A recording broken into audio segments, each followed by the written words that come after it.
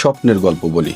সিডনির Commonwealth bank স্টেডিয়ামে নারী এশিয়ার কাপের বি গ্রুপের মাঠে নামে 4টি দল: চীন, উত্তর কোরিয়া, বাংলাদেশ আর উজবেকিস্তান।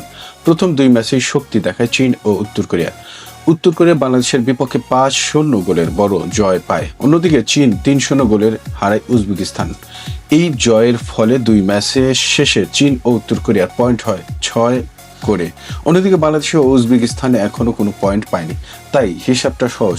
এই গ্রুপ থেকে কোয়ার্টার ফাইনালে চলে গেছে চীন ও উত্তর কোরিয়া।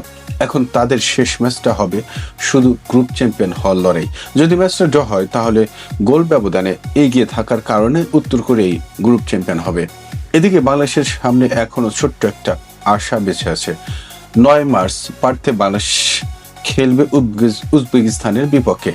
এই ম্যাচে ঠিক হবে গ্রুপের তৃতীয় দল কে হবে।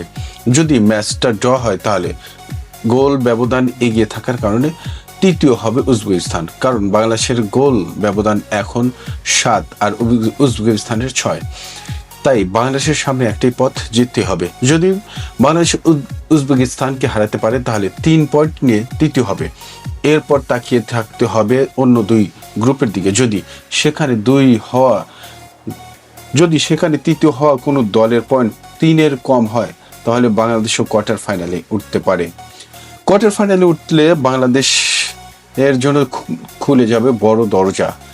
তখন তারা 2028 সালের অলিম্পিক বাছাই খেলতে পারবে। আর কোয়ার্টার ফাইনালে যে 4টি দল জিতবে তারা সরাসরি খেলবে 2027 সালের নারী বিশ্বকাপ। যারা হারবে তারা আবার 19 মার্চ গোল্ড কোস্টে প্লে অফ খেলবে। সেই ম্যাচ থেকে আরও 2 দল বিশ্বকাপের সুযোগ পাবে। অর্থাৎ বাংলাদেশের জন্য সামনে একটা ম্যাচই হতে পারে স্বপ্নের দরজা খোলার চাবিকাঠি।